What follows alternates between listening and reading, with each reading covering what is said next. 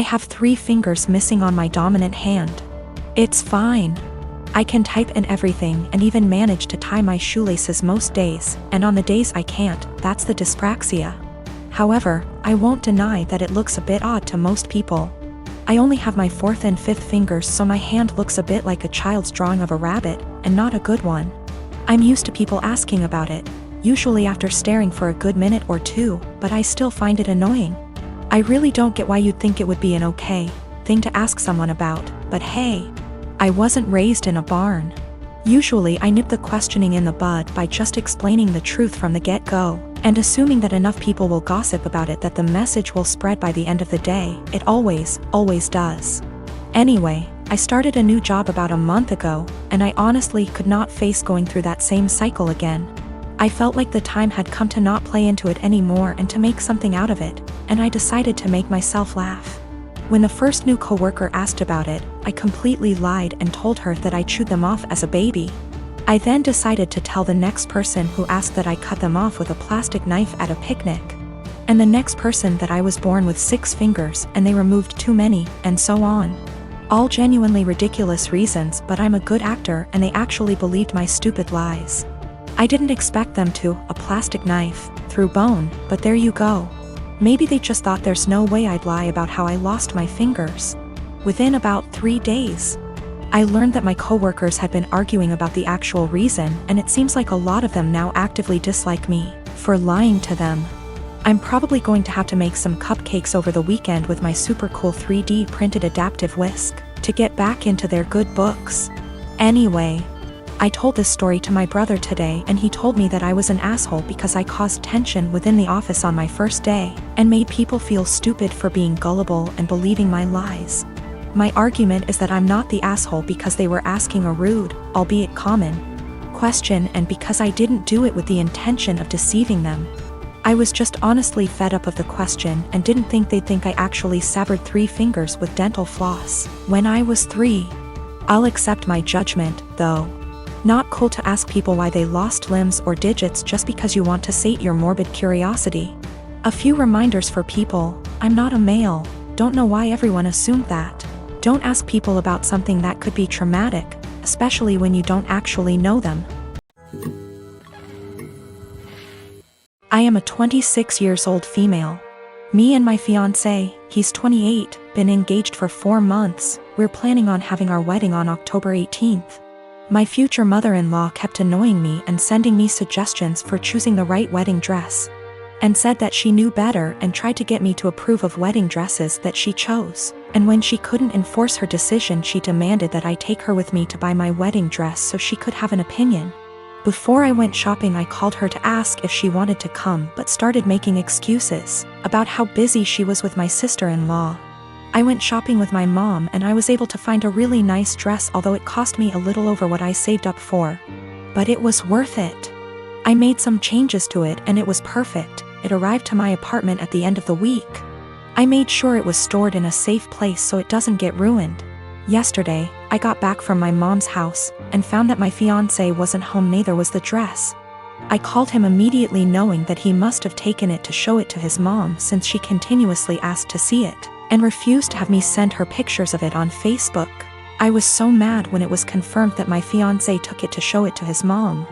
He said he was gonna be home in 30 minutes. After he went to the supermarket, I waited for longer than I had to, and then when he arrived I ran to get my dress. That was buried underneath grocery bags. I took it to check on it and its zipper was broken, and the dress itself, fabric, was stretched out. I was like, what the happened to it? My mother-in-law must have tried it on, because it looked ruined. The straps were almost loose. I had to call my mother-in-law when my fiancé told me his mom and sister took turns to try it on. I was absolutely livid. She told me she did nothing wrong and that I was making a big deal out of it. She said she'd get a replacement for the broken zipper. But I told her to pay for a new dress since it was stretched out and no longer fitting. She refused and said that I probably wasn't happy with my dress choice and wanted her to pay so I could get a new one. I yelled at her for trying it on and ruining it. That she and my fiancé were responsible for ruining my dress, so they should pay for a new one. It's done, no longer fitting. The straps are in a horrible condition. My mom said she'd pay for fixing it, but I just hate it now that someone else wore it before me. I'm mad at both of them and seriously considering postponing the wedding. My boyfriend Steve and I have been dating for over a year and a half. I met him in one of my upper-level classes 2 years ago. At the time he was finishing up his degree, before moving on and working on his master's. Since we started talking, seeing each other, and dating casually, I really loved our entire relationship. Steve and I had a lot of similar interests, which included traveling. We did a small trip to South America a couple months ago for a few weeks, Peru and Chile. We had an amazing time. It was once we got back from our trip that I saw our relationship in a whole different way. We traveled well together, and bonded in a new way. I knew I was in a great relationship. I thought we had a great relationship, until I got some news a few days ago. 3 days ago, I went over to drop a MacBook charger over at my best friend's house, Chenille. Chenille and I have been best friends since we were in high school from the age of 16 years old. I have always considered her to be my number one and closest person in my life. I have noticed that the past 6 months we haven't hung out in the same capacity that we usually have. Both of us have been busy with our lives, school, work, relationships, etc. But I kinda got the feeling after this past year of university around April that she was starting to move away. She had a bad with her ex that lasted under a year. He cheated on her with a coworker, and the rest is history. They broke officially around the end of January. As I went over to drop off her extra charger that she borrowed, I talked with her mom for a bit. Chenille ended up getting called in to pick up an extra serving shift at the restaurant she has worked at during her degree. Her mom wanted to talk to me about a few things. I was puzzled. Chenille's mom was always really outgoing and funny. We had known each other for over 8 years at least. But she wanted to have a serious talk. Chenille's mom, Karen, went on to tell me that she saw Steve and Chenille sneak around the back of the house about a month or so ago. Karen went on to explain that she noticed this happening 2 other times. At first, she thought we were all hanging out. But Karen told me that she got a weird gut feeling on this situation. She told me that I should talk to Steve and Chenille ASAP. Steve and I were supposed to go out for dinner last night. He picked me up, and off we went. I felt really bad and humiliated the entire time we were out. We ate dinner, had a couple drinks, but we didn't talk much. Steve kept asking me all night what was the matter. I told him nothing. Finally, when we got back to my place, we sat in my room and I asked him, and told him what Chenille's mom, Karen, is told me. He didn't answer. In fact, he went pale white. That gave me the answer I needed. I broke down and Steve tried to comfort me. I didn't want him touching me. I didn't even want to hear it. I told him to leave, but I basically had to force him to leave. I tried calling Chenille and texted her that I needed to talk to her. I got no response. Not one. Basically, 2 of the closest people I have had in my life betrayed me. This is so terrible and I feel so bad. I have like no one right now. Yesterday, I wanted to surprise him by cooking one of his favorite meals, and although I was busy, I took time off work to cook. I even went grocery shopping to get what I needed. Later, as I was setting the table, his mom called. I told him he didn't have to answer, but he did. Like usual, she asked what we were having but acted surprised that I cooked this meal.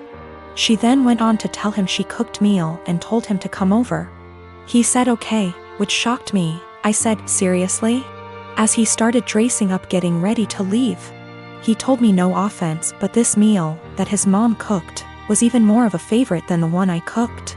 And grabbed his keys and left. I felt awful. I took his plate and threw it out, then ate my portion.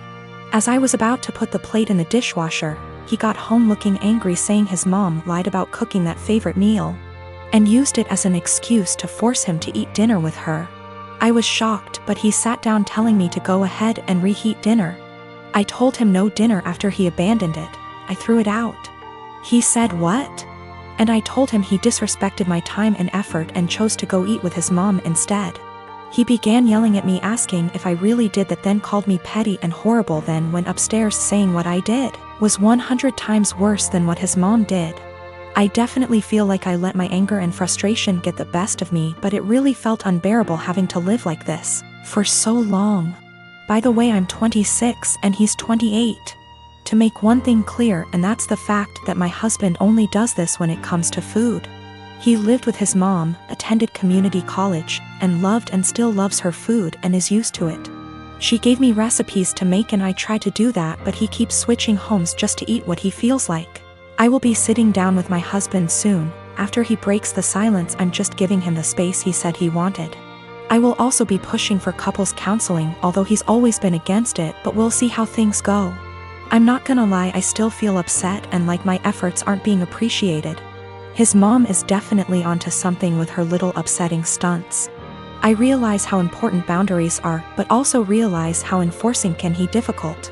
I'm hoping and praying that we will tackle this issue so that our marriage won't suffer. But if he's still somehow unable to do his part, then that's on him, and I'm no longer willing to go through similar stuff and just take it.